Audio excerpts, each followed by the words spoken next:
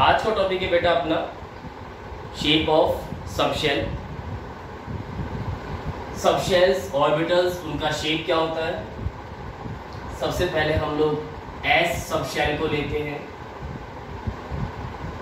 S subshell को लेते हैं तो पहले तो आपको ये पता होना चाहिए कि एस सबशेल में ऑर्बिटल्स कहाँ होते हैं। मैंने बताया था आपको, इलेक्ट्रॉन जब न्यूक्लियस के चारों ओर चक्कर लगाता है तो सबसे पहले तो वो शेल में होता है, फिर शेल के अंदर एसपीडीएफ सबशेल होते हैं, फिर सबशेल के भी अंदर ऑर्बिटल्स होते हैं।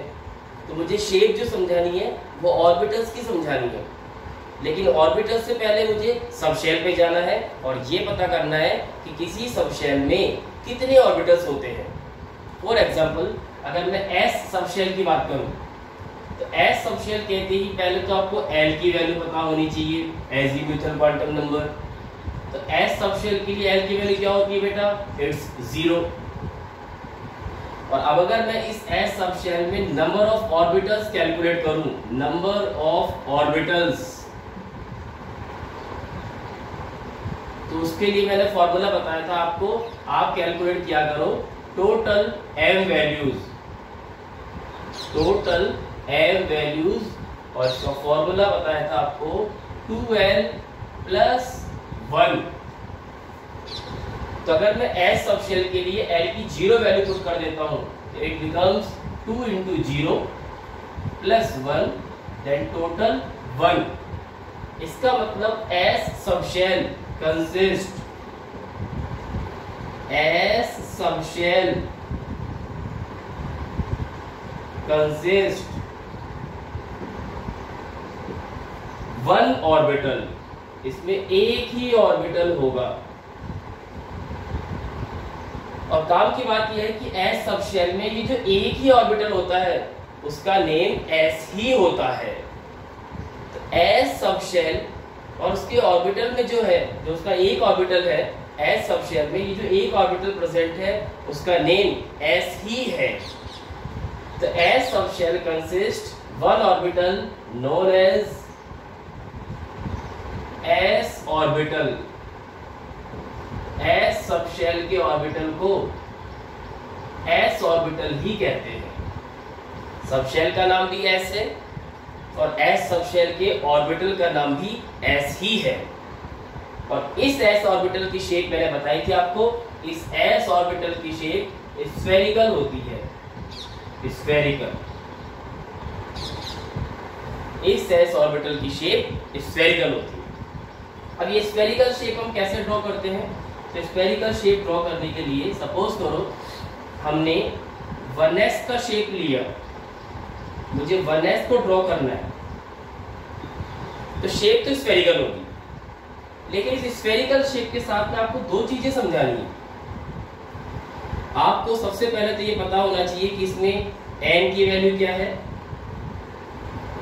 1s के लिए n की वैल्यू क्या है और l की वैल्यू क्या है। तो 1s के लिए n की वैल्यू क्या होती है, 1।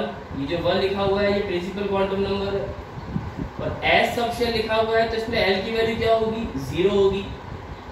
जब n और l पता हो तो अब आपको कैलकुलेट करनी है 3 चीजें। क्या क्या, सबसे पहले तो रेडियल नोड, रेडियल नोड, इसको शॉर्टकट में मैं लिख रहा हूं Rn। दूसरा होता है एंगुलर नोड, एंगुलर नोड जिसको मैं बोलता हूं An। और इन दोनों को ऐड करने पे आता है टोटल नोड, टोटल नोड। इसका मतलब radial node plus angular node. अब आपके सामने सवाल है कि सर ये नोड क्या होता है, तो ऑर्बिटल को और नोड को डिफाइन करना सीखो। ऑर्बिटल को कैसे डिफाइन करते हैं और नोड को कैसे डिफाइन करते हैं। तो ऑर्बिटल क्या होता है बेटा, ऑर्बिटल न्यूक्लियस के अराउंड ऐसा इमेजिनरी एरिया है, ऐसा हाइपोथेटिकल एरिया है, एग्जैक्ट पोजीशन तो हम पता कर ही नहीं सकते। तो न्यूक्लियस के चारों ओर ऐसा हाइपोथेटिकल एरिया, ऐसा इमेजिनरी एरिया जहां इलेक्ट्रॉन्स की फाइंडिंग प्रोबेबिलिटी, इलेक्ट्रॉन्स के मिलने की जो पॉसिबिलिटी हो वो मैक्सिमम हो। तो the area around nucleus where finding probability of electron is maximum. अब ये मैक्सिमम का मतलब कितना लूं, तो ये 100% नहीं लेना है, हम एग्जैक्टली नहीं बता सकते इलेक्ट्रॉन की पोजीशन को। जहां उसके मिलने की सबसे ज्यादा पॉसिबिलिटी है, जहां उसकी फाइंडिंग प्रोबेबिलिटी मैक्सिमम होती है, उस एरिया को, उस जगह को हम बोलते हैं ऑर्बिटल। और न्यूक्लियस के चारों ओर एक ऐसी जगह भी होती है जहां इलेक्ट्रॉन के मिलने की पॉसिबिलिटी 0 है, जहां इलेक्ट्रॉन मिलेगा ही नहीं। तो जिस एरिया में इलेक्ट्रॉन के मिलने की पॉसिबिलिटी 0 होती है, उस एरिया को बोलते हैं हम लोग nodes. They are called nodes.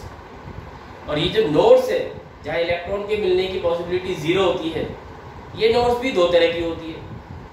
इसका एक टाइप है रेडियल नोड, दूसरा होता है एंगुलर नोड, और इन दोनों को ऐड करूंगा तो टोटल नोड्स। इनको कैलकुलेट करने का फॉर्मूला क्या है, तो फॉर्मूला देखो बेटा, रेडियल नोड कैसे निकालते हैं। रेडियल नोड का फॉर्मूला होता है n minus l minus 1। n की वैल्यू पुट करो, l की वैल्यू पुट करो, एंड माइनस 1। तो n minus 1, n minus l minus 1, इससे हम कैलकुलेट करते हैं किसी भी ऑर्बिटल में रेडियल नोड्स कितने होंगे। Angular nodes equal to l। Angular node जो होता है वो उतना ही होगा जितनी l की वैल्यू है। और जब मैं इन दोनों को ऐड करूंगा, n minus l minus 1 plus l, तो l से l कैंसिल हो जाएगा, तो टोटल नोड का वैल्यू आएगा बेटा n माइनस 1। ये बहुत इंपॉर्टेंट टॉपिक है, कॉम्पिटिशन में आता है ये, कि किसी भी सबशेल में, किसी भी ऑर्बिटल्स में रेडियल नोड्स कितना होता है, एंगुलर नोड्स कितना होता है, और टोटल नोड्स कितना होता है। तो नोड होता क्या है, नोड न्यूक्लियस के चारों ओर की ऐसी जगह है जहां इलेक्ट्रॉन की फाइंडिंग प्रोबेबिलिटी, इलेक्ट्रॉन के मिलने की पॉसिबिलिटी 0 है, उसको बोलते हैं नोड्स। अब इस नोड्स का क्या काम है, मैंने क्यों बताया आपको ये नोड्स। नोड्स का काम यही होता है कि जब आप शेप को ड्रॉ करते हो, स्फेरिकल तो है, लेकिन स्फेरिकल शेप को जब आप ड्रॉ करोगे तो नोड्स को कैसे शो करोगे, नोड्स कहां पर है।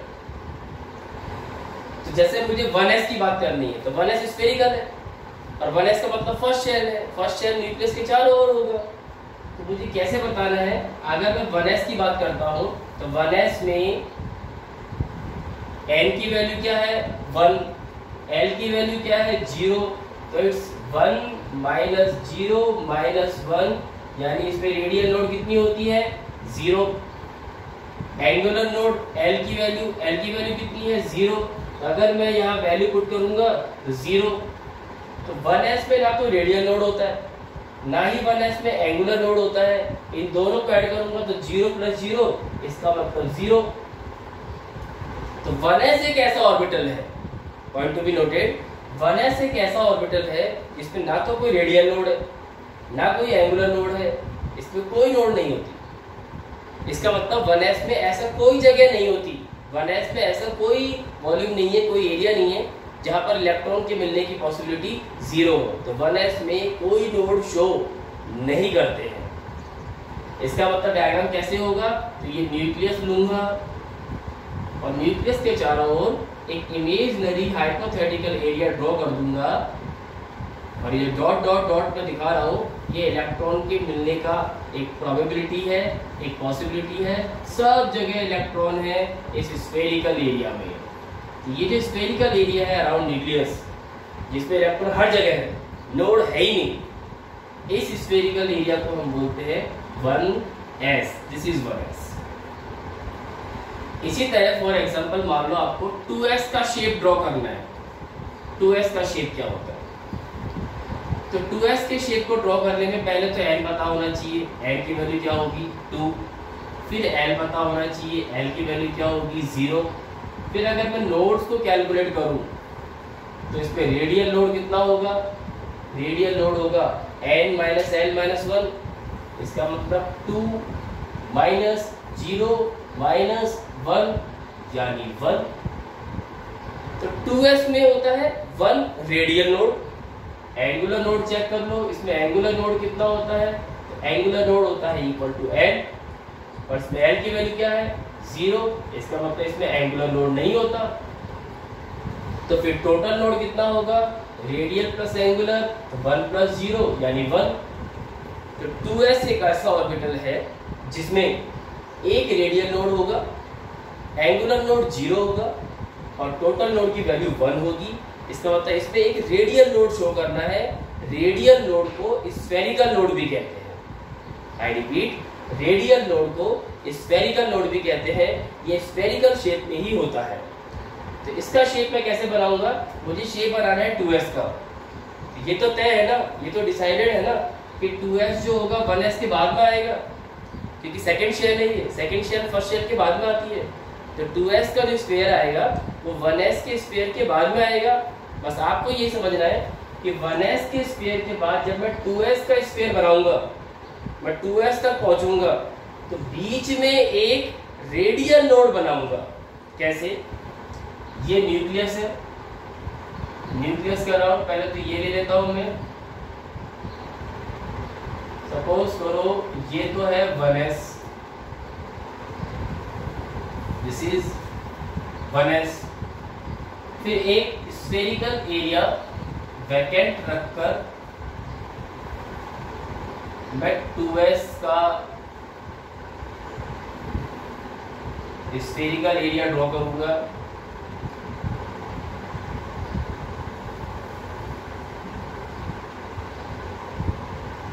ये जो अंदर वाला स्फेरिकल पार्ट है ये तो 1s था, क्योंकि सीधा 2s नहीं बनेगा, 2s 1s के बाद ही बनेगा, सेकंड शेल फर्स्ट शेल के बाद में आती है। तो ये अंदर वाला तो 1s है, ये बाहर वाला 2s है, और ये बीच में जो वैकेंट स्पेस है ये क्या है, ये है आपका स्फेरिकल यानी रेडियल नोड। तो आप देखो इस पूरे 2s को जब आप देखोगे तो पूरे 2s की शेप में आपको एक रेडियल नोड ही दिखाई दे रहा है। There is only one radial node, एक ही रेडियल नोड है। जब मैं 2s तक पहुंचूंगा, 1s के बाद 2s तक पहुंचूंगा, तो एक रेडियल नोड आपको दिखाई देगा। इसी तरह अगर सपोज करूं मैं 3s की बात करता हूं, सपोज करो बेटा हम लोग 3s को लेते हैं, 3s, तो 3s में n की वैल्यू 3, l की वैल्यू 0। अब इसमें रेडियल नोड कितना होगा, तो रेडियल नोड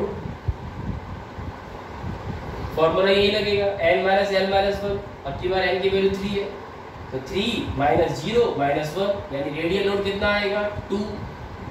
एंगुलर नोड कितना आएगा, एंगुलर नोड l की इक्वल होता है, l की वैल्यू 0। तो फिर टोटल नोड कितना आएगा, टोटल नोड 2 प्लस 0 2। इसका मतलब 1s में तो एक भी रेडियल नोड नहीं था, 2s में एक रेडियल नोड था, 3s में 2 रेडियल नोड है। तो ये 2 रेडियल नोड कैसे ड्रॉ करूंगा बेटा, तो सपोज करो ये तो न्यूक्लियस है, ये पहला मैंने ले लिया 1s, फिर वैकेंट स्पेस को शो किया, फिर मैंने 2s को ड्रॉ किया, ये 2s है, फिर एक और वैकेंट स्पेस को शो किया,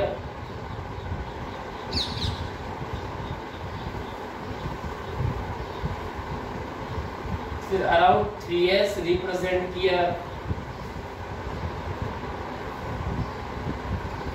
3 अलग अलग स्फेरिकल पार्ट मैंने लिया। ये जो था ये 1s है, फिर मैंने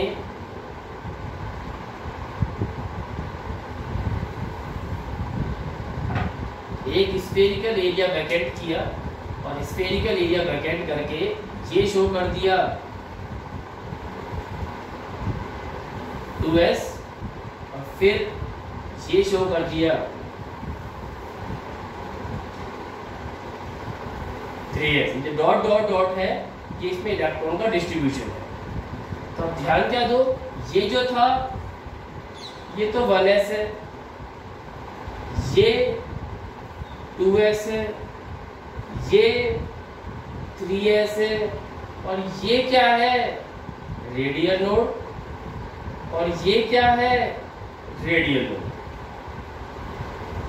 बीच में ये जो सर्किल बनाया है, जो वैकेंट है, ये जो बीच में आपका स्फेरिकल एरिया है, वैकेंट स्फेरिकल एरिया, यानी यहाँ पर वो डॉट डॉट डॉट नहीं है, यहाँ पर इलेक्ट्रॉन्स का डिस्ट्रीब्यूशन नहीं है, लेकिन ये न्यूक्लियस के चारों ओर है। तो नोड क्या होता है? नोड न्यूक्लियस के चारों ओर की ऐसी जगह है जहाँ पर कोई इलेक्ट्रॉन नहीं है, जहाँ इलेक्ट्रॉन के मिलने की पॉसिबिलिटी 0 है। ऐसे स्पेस को हम बोलते हैं रेडियल नोड, एंगुलर नोड। दो तरह का नोड होता है। अभी जो मैंने बनाया 1s, 2s, 3s, इनमें एक में भी एंगुलर नोड नहीं होती। तो आप ध्यान रखो, किसी भी s ऑर्बिटल में रेडियल नोड ही होती है, उसमें एंगुलर नोड होती ही नहीं है, क्योंकि s ऑर्बिटल में l की जो वैल्यू होगी, जो एजीम्यूथल क्वांटम नंबर का वैल्यू होगा, वो 0 होगा, उसमें कोई एंगुलर नोड नहीं होगी। अब आता हूं किसी p पर। p ऑर्बिटल का शेप क्या होता है?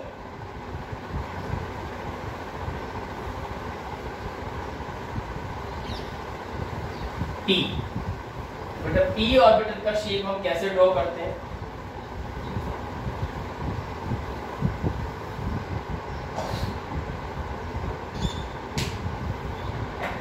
सपोज कॉल मैं ले लेता हूं 2p ऑर्बिटल, कोई सा भी p ऑर्बिटल है, जैसे 1s, 2s, 3s सब दिखने में स्फेरिकल ही है, ऐसे में कोई सा एक p सबशेल ले लेता हूं। s सबशेल के बाद आगे बढ़ते हैं p सबशेल। p सबशेल में l की वैल्यू क्या होती है? 1। l की वैल्यू 1 होगी, इसका मतलब नंबर ऑफ ऑर्बिटल जिसको हम बोलते हैं टोटल m वैल्यू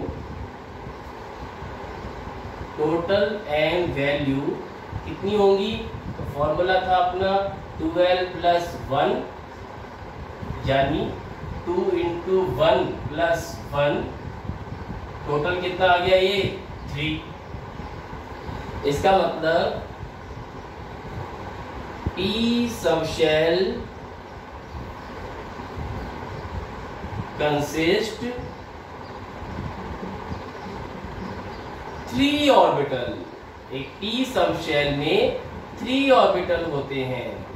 याद आ रहा होगा, मैंने जो बॉक्स डायग्राम बनाया था, हुर्ट्ज रूल पढ़ाया था, तो मैं बताया था कि जब भी p ऑर्बिटल लेंगे, p सबशेल को लेंगे, हम एक साथ 3 ऑर्बिटल्स के बॉक्सेस बनाएंगे।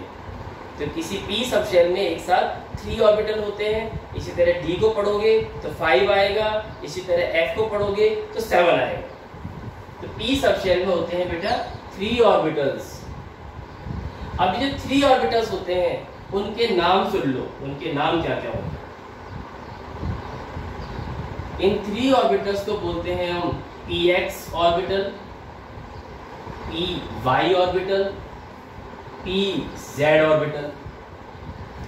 जैसे s सबशेल में एक ही ऑर्बिटल होता है, उसका नाम s ही होता है, लेकिन p ऑर्बिटल में, p सबशेल में 3 ऑर्बिटल्स होते हैं, लेकिन उनके नाम एक का px है, एक का py है, एक का pz है। ये नाम क्यों पड़ा है?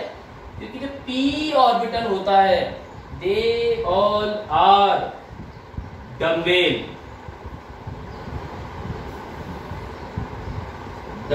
शेप। इनकी शेप कैसी होती है? किसी भी p ऑर्बिटल की शेप डम्बेल होती है। डम्बेल का मतलब 2 लोब। अब वो जो दोनों लोब्स हैं, वो दोनों लोब्स कहां पर हैं? वो x एक्सिस पर भी हो सकती हैं, y एक्सिस पर भी हो सकती है, z एक्सिस पर भी हो सकती है। अगर p ऑर्बिटल की दोनों लोब्स x एक्सिस पर है तो मैं उसको बोलूंगा px ऑर्बिटल। दोनों y एक्सिस पे है तो py ऑर्बिटल। दोनों z एक्सिस पे है तो pz ऑर्बिटल। इसको कैसे समझाऊं? सपोज करो ये अपने तीनों एक्सिस हैं,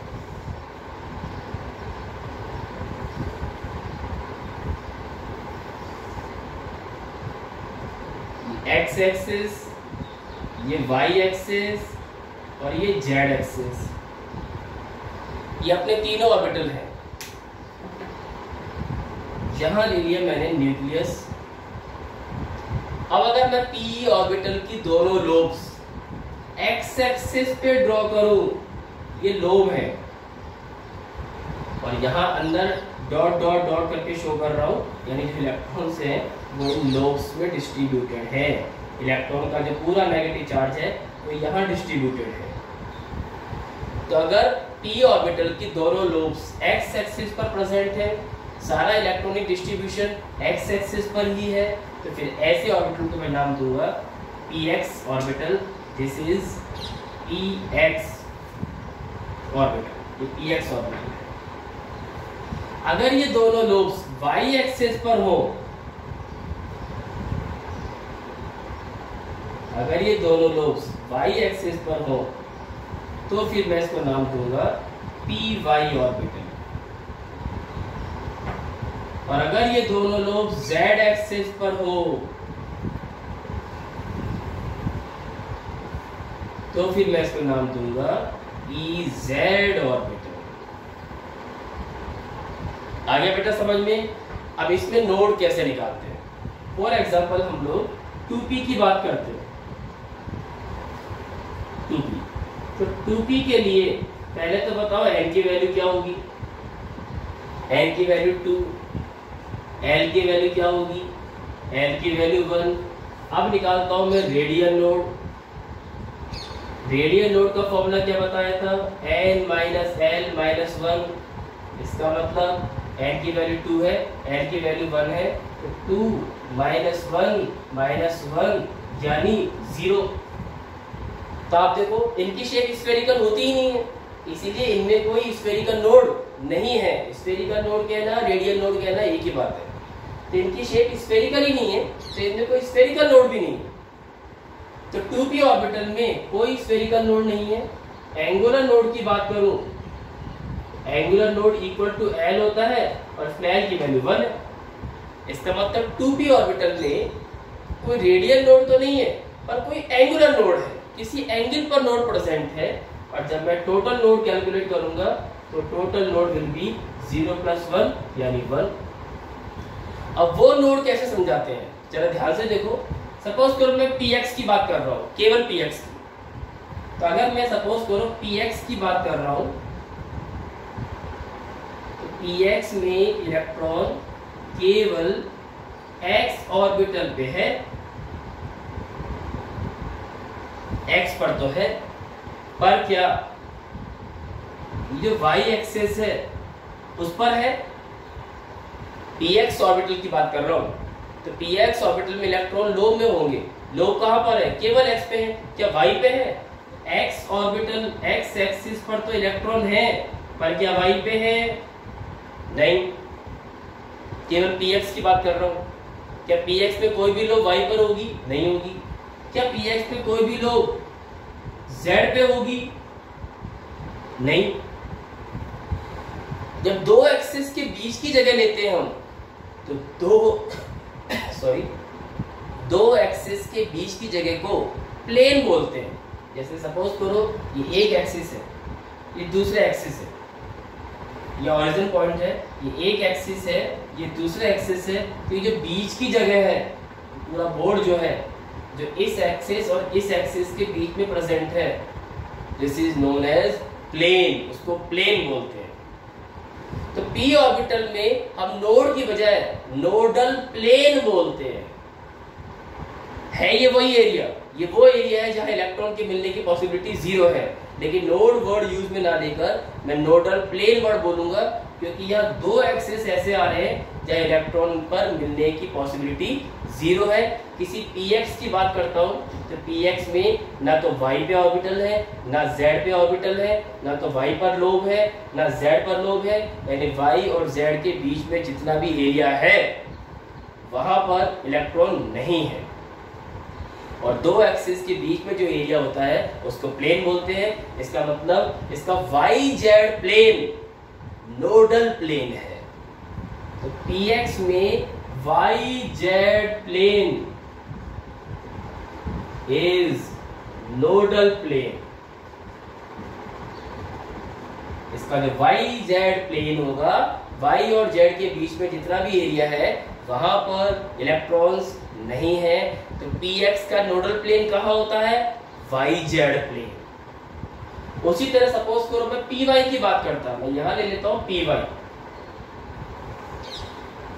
अगर हम py की बात करते हैं, ये अपने तीनों एक्सिस हैं, ये y, ये x और ये z। py में इलेक्ट्रॉन कहां पर है? इलेक्ट्रॉन y पर है।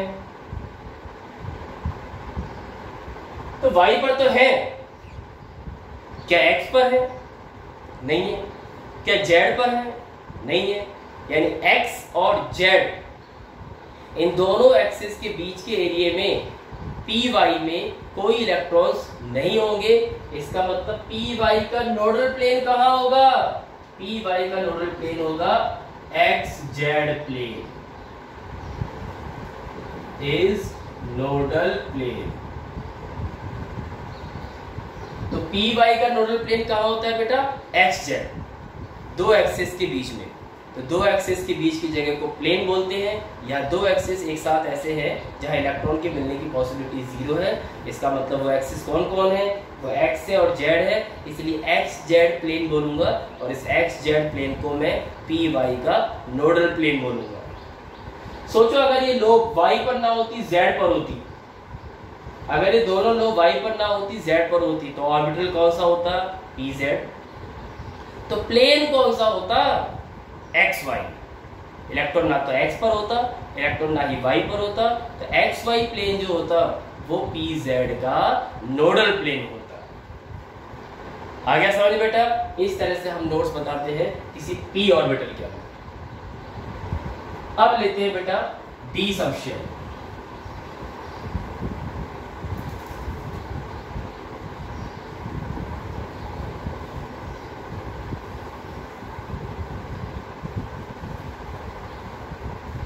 d subshell,